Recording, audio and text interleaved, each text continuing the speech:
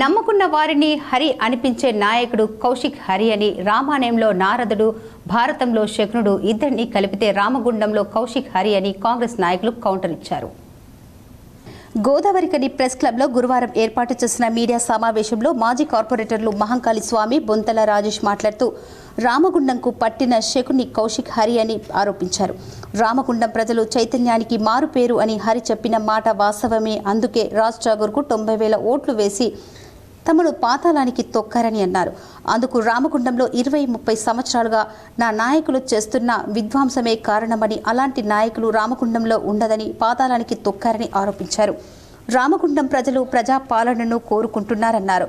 గడిల పాలన కాదన్నారు. రామగుండంను అభివృద్ధి వైపు తీసుకువెళ్తున్న తరుణంలో ఎమ్మెల్యే రాజ్ ఠాగూర్పై ఏదో ఒక అభాండం వేయాలని, అందులో భాగంగా బీఆర్ఎస్ పార్టీలో పరుగు పందెం నడుస్తుందని, ముగ్గురు నాయకులు కొట్టుకుంటున్నారని చెప్పారు. లక్ష్మీనగర్లో జరుగుతున్న కూల్చివేతల వల్ల వ్యాపారులు ఎవ్వరూ ఇబ్బందులు పడటం లేదని, అభివృద్ధి జరుగుతుందని సహకరిస్తున్నారని, దమ్ము ధైర్యం ఉంటే వ్యాపారుల్లో ఇబ్బందులు పడిన వారిని తీసుకొచ్చి ప్రెస్ మీట్ పెట్టండని సవాల్ విసిరారు. బూడిద, ఇసుక మీద కోట్లు సంపాదిస్తున్నారని మాట్లాడుతున్నారు. బూడిదను నిన్న మొన్నటి వరకు అమ్ముకున్న నాయకులు, బీఆర్ఎస్ నాయకులు రాజ్ ఠాగూర్ ఎమ్మెల్యేగా వచ్చిన తర్వాత ఇసుకను ఉచితంగా ఇవ్వటం జరుగుతుంది. రూపాయికే బూడిదను స్థానిక గ్రామాల వారికే లారీలను పెట్టుకుని సరఫరా చేసుకునే వీలు కల్పించడం జరిగిందని వెల్లడించారు. రామగుండంలో తట్టడు మట్టి తీయలేదని కౌశిక్ హరి అనటం జరిగిందని, రామగుండంలో గుట్ట మీద ఇండ్లు కట్టుకున్న వారికి నీటిని సరఫరా చేయడం జరిగిందని, 50 లక్షలతో రైల్వే స్టేషన్ ఎదురుగా షాపింగ్ కాంప్లెక్స్ పనులు పూర్తి కావస్తున్నాయని, రామగుండం 0 పాయింట్ నుండి మల్యాలపల్లి వరకు 50 లక్షలతో సీసీ రోడ్డు వేయడం జరిగిందని, దాదాపు 1,50 లక్షల పనులు చేయడం జరిగిందని వెల్లడించారు. మార్చి 15 తారీఖు లోపల లక్ష్మీనగర్ రోడ్లను పూర్తి చేసి వ్యాపారులకు అందుబాటులోకి తీసుకువస్తామని తెలిపారు. కాంగ్రెస్ పార్టీపై, ఎమ్మెల్యేపై మాట్లాడడం మానుకోవాలని, లేదంటే కౌశిక్ హరి బండారం మొత్తం టీవీ సీరియల్ లాగా బయట పెడతామని హెచ్చరించారు.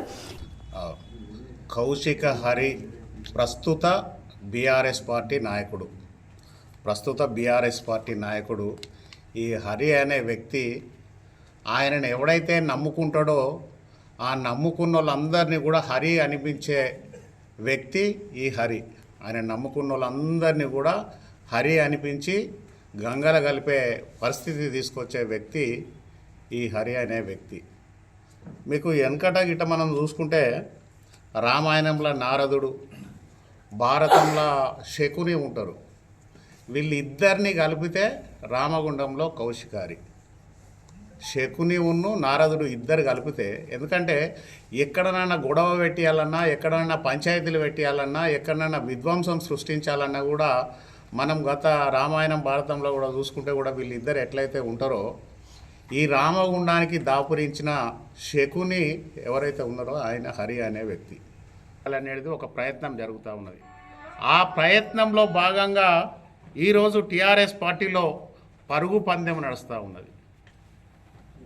మొన్న ఒక ఆయనే లక్ష్మీనగర్లో ఎవరికి వాళ్ళు రూములు స్ట్రీట్ వెడల్పు చేయాలి, వైడన్ చేయాలని చెప్పేసి అక్కడ ప్రజలందరూ, అక్కడ వ్యాపారస్తులందరూ ఒప్పుకొని స్వయంగా వాళ్ళే వ్యాపారస్తులందరూ షట్టర్స్ వెడల్పు చేసుకుంటా అంటే, మొన్న ఒక ఆయనేమో పోయి లక్ష్మీనగర్లో తిరిగి ఇక్కడ ఏం జరుగుతూ ఉన్నది ఏంటిది అని చెప్పేసి ఉట్టియనాచి ప్రెస్ మీట్ పెట్టిండు. ఆయన ప్రెస్ మీట్ పెట్టిండు కదా, నేను మాట్లాడకపోతే, నేను పట్టించుకోకపోతే నన్ను ఇక్కడ రామగుండం ప్రజలు ఎక్కడ మర్చిపోతారు అని చెప్పేసి నిన్న ఈయనో ప్రెస్ మీట్ పెడతాడు. వీళ్ళ దగ్గర సబ్జెక్ట్ ఉండదు, ప్రజలకు కావాల్సిన మేలు చేసేటందుకు ప్రయత్నం చేయరు. కానీ ఈ పరుగు పందెంలో ఎక్కడ వెనుకబడిపోతున్నాం అని చెప్పేసి ఆయన లక్ష్మీనగర్లో తిరిగిండు, ప్రెస్ మీట్ పెట్టిండు. కనుక నేను కూడా ఒక ప్రెస్ మీట్ పెట్టి కాంగ్రెస్ వాళ్ళ మీద దుమ్మెత్తిపోవాలనే ఒక దుర్మార్గమైన ఆలోచనతోటి ప్రెస్ మీట్ పెట్టుడు తప్ప వీళ్ళు 30 సంవత్సరాల నుంచి చేసింది ఏమన్నా ఉన్నదా?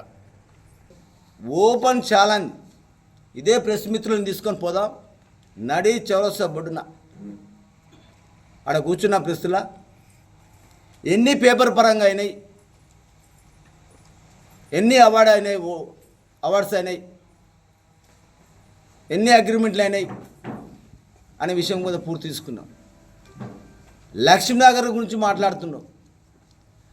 ఇంత సాహసోపేతమైన నిర్ణయం తీసుకున్నాడు, అది ఏ ఎమ్మెల్యేతోనూ కాలే. అంతకుముందుకు మీరు కమిషన్లకు ఆశపడి వాడు డబ్బులు ఇస్తా వీడు డబ్బులు ఇస్తా అని చెప్పానంటే షాప్ను ఎక్స్చేంజ్ చేయలే, ఏది రోడ్డు వెడల్పు చేయలే. ఈరోజు వాళ్ళందరినీ పిలిపించి మన వ్యాపారాలు బయటికి తరలి వెళ్ళిపోతున్నాయి, మనం డెవలప్ కావాలనే విషయం మీద అందరినీ పిలిపించి మాట్లాడి